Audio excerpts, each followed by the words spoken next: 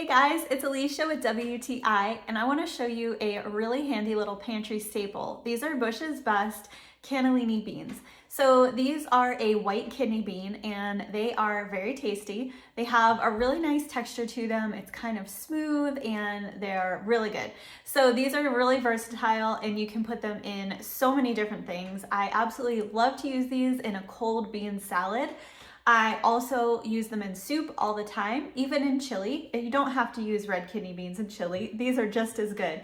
So I really like to keep these on hand because they're really convenient. It's a super fast way to add some nutrition to your dishes as well. They have a lot of fiber and they're a great source of plant-based protein. So if you're looking for ways to add more plant-based protein, this is a nice option as well. They're definitely a time saver because they are totally prepared. So it's not like dried beans where you need to soak them and do the whole thing.